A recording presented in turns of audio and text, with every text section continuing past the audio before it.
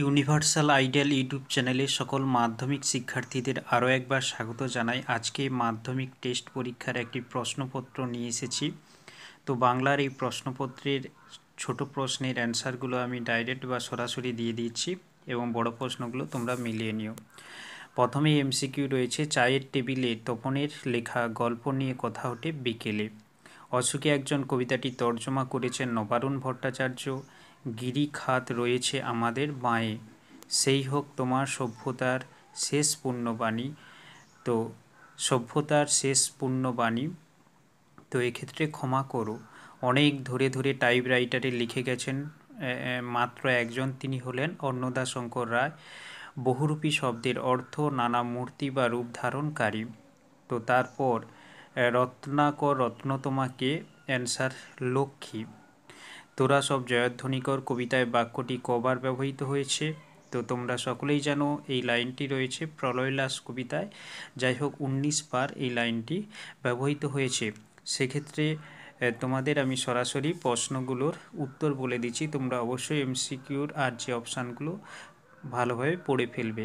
তবে এ বস্তুটি পকেটে কেন? বস্তুটি হলো গাঁজার কলিকে বাঘে গরুতে এক ঘাটে জল খায় রেখাঙ্কিত পত্রী সহযোগী কর্তার উদাহরণ। বিপদে মোড়ে রক্ষা করো বিপদ থেকে, তো এই অর্থে এটি অবশ্যই অপাদানকারক হবে। মা পূজায় বসেছে নিম্নরেখ পত্রী হলো পূজায় নিমিত্তকারক। মায়ার বাঁধনে বেঁধেছ বাক্যের নিম্নরেখ পত্রী, যেহেতু বাঁধনের দ্বারা বাঁধা হয়েছে তাই এটি সমধাতুজ করণ। এরপর সমাস শব্দের ব্যুৎপত্তি হলো সমপূর্ব অস যোগ ঘং, অ বা ঘং। এরপর ব্যাস বাক্যের ব্যাস শব্দের প্রতিশব্দ হলো বিগ্রহ। রাজপথ শব্দটির ব্যাস বাক্য হলো পথের রাজা। তারপরের পেজে আমরা চলে আসব যে প্রশ্নগুলো, অন্য প্রশ্নগুলো রয়েছে। দিগু শব্দের সাধারণ অর্থ দুটি গরুর সমষ্টি। তারপর সরাসরি আমরা 2 দাগের এসএকিউতে চলে আসব। তপনের লেখা গল্পের বিষয়বস্তু কী ছিল? তোমরা সকলেই জানো ভর্তি হওয়া দিনে অভিজ্ঞতা আর অনুভূতি। আমি ডাইরেক্ট উত্তরগুলো বলছি, তোমরা যখন লিখবে কোথাও পরীক্ষার খাতায় বা কোনো ক্ষেত্রে অবশ্যই পূর্ণ বাক্যে উত্তর লিখবে। বিরাগী কাকে পরম সুখ বলেছেন? সব সুখের বন্ধন থেকে মুক্ত হয়ে যাওয়াকেই বিরাগী বেশি হরিদা পরম সুখ বলে মনে করেছেন। বুড়ো মানুষের কথাটি শোনো, বুড়ো মানুষ কোন কথা বলেছিলেন? এক্ষেত্রে বুড়ো মানুষ হলেন নিমাইবাবু। তিনি গিরিশ মহাপাত্রকে গাঁজা খেতে নিষেধ করেছিলেন বা বলেছিলেন এই তো তোমার দেহ আর কদিনই বা বাঁচবে, আর গাঁজা খেও না। যাই হোক, তারপর তার আমি জামিন হতে পারি, কে কিসের জামিন হতে পারে? সব্যসাচী মল্লিক সন্দেহে যে লোকগুলোকে ধরা হয়েছিল এবং সবথেকে বেশি যাকে সন্দেহ করা হয়েছিল গিরিশ মহাপাত্র, যে সব্যসাচী মল্লিক নয়, তার জামিন হতে পারে অপূর্ব। তপন কী নিয়ে কখন 3তলা সিঁড়িতে উঠেছিল? দুপুরবেলা। তপন হোমটাস্কের খাতা নিয়ে কলম নিয়ে সে গল্প লেখার জন্য 3তলা সিঁড়িতে উঠেছিল। এরপর মিষ্টি বাড়ির আশেপাশে কী ছিল? তোমরা জানো অশোকে একজন কবিতার যে আশেপাশে মিষ্টি বাড়ির আশেপাশে ছিল যে ছড়ানো করতলের মতো পাতা, চিমনি, গোলাপি গাছ এবং জলতরঙ্গ, এগুলোই ছিল। যাই হোক, এরপর আমরা ফিরেছি দৌড়ে দৌড়ে, কেন এই কথা বলা হয়েছে? তো সাধারণ মানুষ বিপদের দিনে বিপর্যস্ত পরিস্থিতিতে তাদের জীবন সংকটের মধ্যে ছিল, তাই তারা অপরের বা ধনী মানুষের দয়া বা করুণা পাওয়ার জন্য তারা ভিখিরির মতো দৌড়ে দৌড়ে ঘুরেছিলেন। যাই হোক, বিভৎস কাদারপিণ্ড এর দ্বারা বোঝানো হয়েছে যে অত্যাচারী তথা শোষক ইউরোপীয় সাম্রাজ্যবাদী মানুষেরা আফ্রিকার নরনারীদের প্রতি যে সকল অত্যাচার করেছিল তার চিহ্ন ইতিহাসে পাতায় যেন বিভৎস কাদার পিণ্ড হিসেবে রয়েছে। কবি একথা জানিয়েছেন। ঘুচাবো ও অপবাদ কার কাছে, কোনটাকে অপবাদ বলে মনে হয়েছে?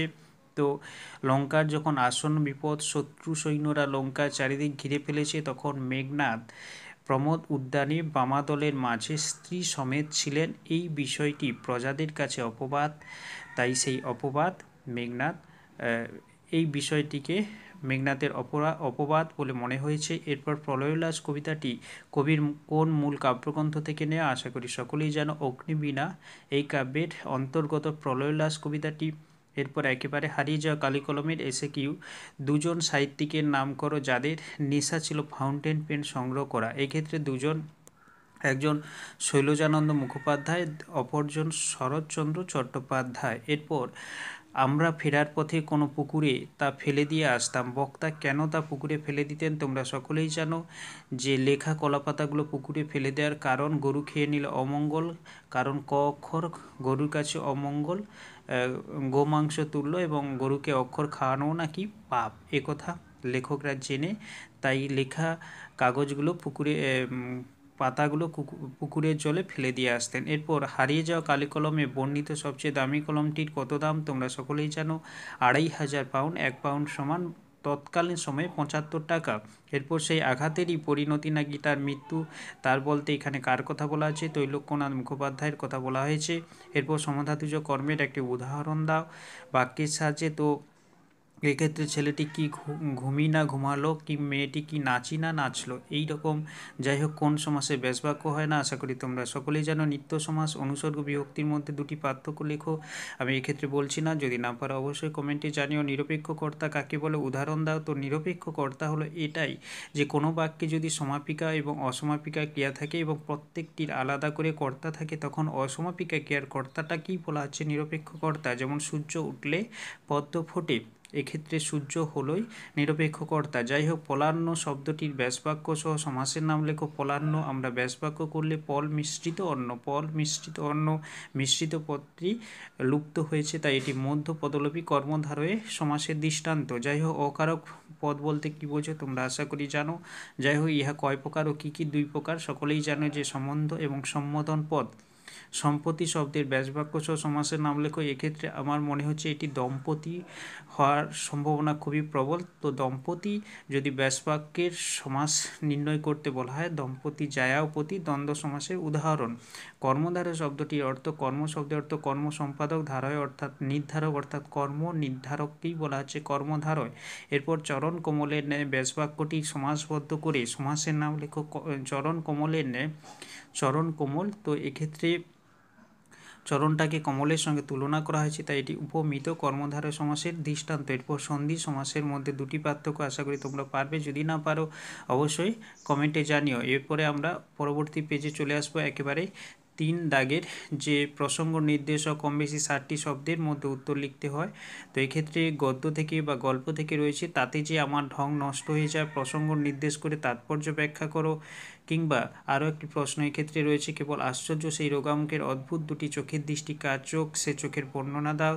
তো এটি রয়েছে পথের দাবি গদ্যাংশ থেকে। যাই হোক, পরবর্তী কবিতা থেকে 3 নম্বরে রয়েছে, সেই মেয়েটির মৃত্যু হলো না, কোন মেয়েটির কথা বলা হয়েছে, তার মৃত্যু হলো না কেন, অসুখে একজন কবিতা থেকে বলা হয়েছে। যাই হোক, এরপর বাঁধলে তোমাকে বনস্পতি নিবিড় পাহারায়, কে বাঁধলো, তো এক্ষেত্রে বেঁধেছিল রুদ্র সমুদ্রের বাহু। যাই হোক, বনস্পতি নিবিড় পাহারা বলতে বলা হয়েছে কেন, তো এক্ষেত্রে তোমরা আশা করি পারবে। এরপর 5-এর দাগে, 5-এর লং কোশ্চেন, 5 নম্বরে 4-এর দাগ, পৃথিবীতে এমন অলৌকিক ঘটনা ঘটে, অলৌকিক ঘটনাটি কি, তোমরা সকলেই জানো যে তপনের লেখা গল্প সন্ধ্যা তারা পত্রিকা প্রকাশ পায় এবং হাজার হাজার ছেলের হাতে ঘোড়াকে অলৌকিক বলা আছে, কার মধ্যে কেন এমন ভাবের উদয় হয়েছিল, অলৌকিক ঘটনা আনন্দে উদ্দিষ্ট ব্যক্তি উপভোগ করতে পারেনি কেন।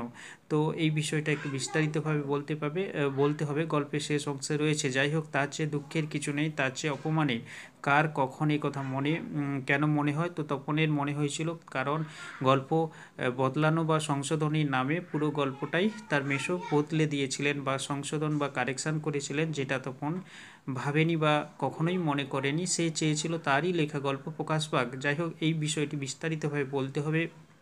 এরপর একেবারে 5 দাগে যেটি রয়েছে, 5 নম্বর কোশ্চেন, লং কোশ্চেন, কবিতা থেকে হাদিক মোড়ে বক্তা কেন নিজেকে ধিক্কার দিয়েছেন, তো এই ক্ষেত্রে বক্তা নিশ্চয়ই তোমরা বুঝতে পেরেছো, ইন্দ্রজিৎ বা মেঘনাথ। যাই হোক, পাঠ্যাংশ অবলম্বনে তার চরিত্র বৈশিষ্ট্য আলোচনা করে এক্ষেত্রে মেঘনাথের চরিত্র আমাদের এক্ষেত্রে লিখতে হবে। যাই হোক, এরপর আয় আরও বেঁধে বেঁধে থাকি কবিতায় কবি কেন বেঁধে বেঁধে থাকার প্রয়োজনীয়তা অনুভব করেছেন তার নিজের ভাষায় লেখা, অর্থাৎ কবি কেন বেঁধে বেঁধে থাকতে বলেছেন, কবিতার ভাববস্তু বা বিষয়বস্তু লিখলেই এক্ষেত্রে উত্তরটি চলে আসবে। যাই হোক, একেবারে 6-এর দাগ, যে হারিজা কালি কলমের যে 5-এর লং কোশ্চেন যেগুলো রয়েছে একটি লিখতে হয়, দুটো দেওয়া হয়েছে। জন্ম নিল ফাউন্টেন পেন, ফাউন্টেন পেনের স্রষ্টাকে তোমরা সকলেই জানো লুইস অ্যাডসন ওয়াটারম্যান। এই পেনের বাংলা নাম কি? রবীন্দ্রনাথ ঠাকুরের নামটি দেওয়া হতে পারে। ঝর্ণা কলম, এটিও তোমরা আশা করি সবাই জানো। এই পেনের জন্ম বৃত্তান্ত নিজের ভাষা লেখো, অর্থাৎ জন্ম ইতিহাসটি লিখতে হবে। কালিওগ্রাফিক্স বা লিপিকুশলী কাদের বলা হয়?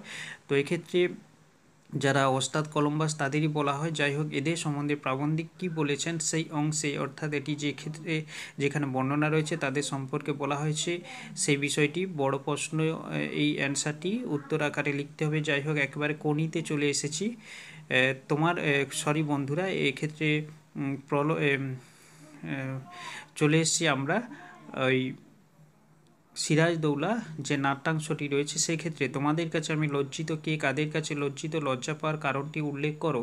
এইবার হয়তো শেষ যুদ্ধ একেবারে নাটকের শেষের দিকে রয়েছে। এই লাইনটি কোন যুদ্ধের কথা বলা আছে? পলাশীর প্রান্তরে যে পলাশী যুদ্ধ হওয়ার কথা সেই বিষয়টি এক্ষেত্রে উল্লেখ করা হয়েছে। বক্তা তাকে শেষ যুদ্ধ বলেছেন, কেননা এই যুদ্ধে ইংরেজরা পরাজিত হলে তাহলে সিরাজের আর কোনো বিপক্ষ শক্তি থাকবে না, কিংবা সিরাজ যদি পরাজিত হয় ইংরেজরা জয়লাভ করে সেক্ষেত্রেও আর যুদ্ধ না হওয়ার সম্ভাবনা, সেই বিষয়টি বিস্তারিতভাবে এক্ষেত্রে 3 নাম্বার ক্ষেত্রে লিখতে হবে। যাই হোক, একেবারে আমরা কোণিতে চলে এসেছি। আজ বারুণী কি? বারুণীর দিন গঙ্গার ঘাটের দৃশ্য বর্ণনা করো। একেবারে কোণী উপন্যাসের শুরুতে রয়েছে। এরপর খাওয়ায় আমার লোভ নেই, ডায়েটিং করি বক্তাকে তিনি আগে কেমন খেতেন, ডায়েটিংয়ের পরে কী ধরনের আহার গ্রহণ করতেন। এরপরে 3 রয়েছে, যেটি কোণী থেকে 3টি থাকে প্রশ্নপত্রে, 2টো লিখতে হয়। যাই হোক, কোণী জীবনে ক্ষিতীশের অবদান আলোচনা করো। এরপর চলিত গদ্যে বঙ্গানুবাদ করো। এরপরে যেটি রয়েছে 9 দাগ। তো এক্ষেত্রে অনুবাদ, এক্ষেত্রে তোমরা জেনে নাও, বিষয়টি পড়ে অনুবাদ করার চেষ্টা করো, যদি না পারো অবশ্যই জানিও। এক্ষেত্রে ভিডিও বড় হয়ে যাবে, তাই এক্ষেত্রে বলছি না। একেবারেই আমরা চলে আসবো সংলাপ প্রতিবেদনে। 10 দাগ, কালী পুজোর রাতে শব্দদূষণের মাত্রাতিরিক্ততা বিষয়ে একটি প্রতিবেদন রচনা করো। কিংবা আসন্ন মাধ্যমিক পরীক্ষার প্রস্তুতি কেমন হয়েছে এই বিষয়ে 2 বন্ধুর একটি কাল্পনিক সংলাপ রচনা করো। যে কোনো একটি সংলাপ প্রতিবেদনের মধ্যে একটি লিখতে হয়। 5 নম্বরের সরাসরি 11 দাগে চলে আসবো। 400 শব্দ নিয়ে একটি প্রবন্ধ কিংবা রচনা, 4টি থাকে, একটি তোমাদের লিখতে হয়। এক্ষেত্রে একটি বিদ্যালয়ের আত্মকথা, মানব জীবনে বিজ্ঞানের জয়যাত্রা, এটি দৈনন্দিন জীবনে বিজ্ঞান যে রচনাটি রয়েছে বা প্রাত্যহিক জীবনে বিজ্ঞান সেটি লিখলেই চলবে। যাই হোক, পরিবেশ সুরক্ষায় ছাত্রছাত্রীদের ভূমিকা খুবই গুরুত্বপূর্ণ এই বছরের জন্য, কিংবা পরিবেশ দূষণ ও তার প্রতিকার, বা এটি দেয়া হতে পারে। এরপর একটি বর্ষণমুখর দিন। যাই হোক, তোমাদের সম্পূর্ণ একটি স্কুলের টেস্ট পরীক্ষার প্রশ্নপত্র এবং তার ছোট প্রশ্নের অ্যান্সারগুলো জানিয়ে দিলাম।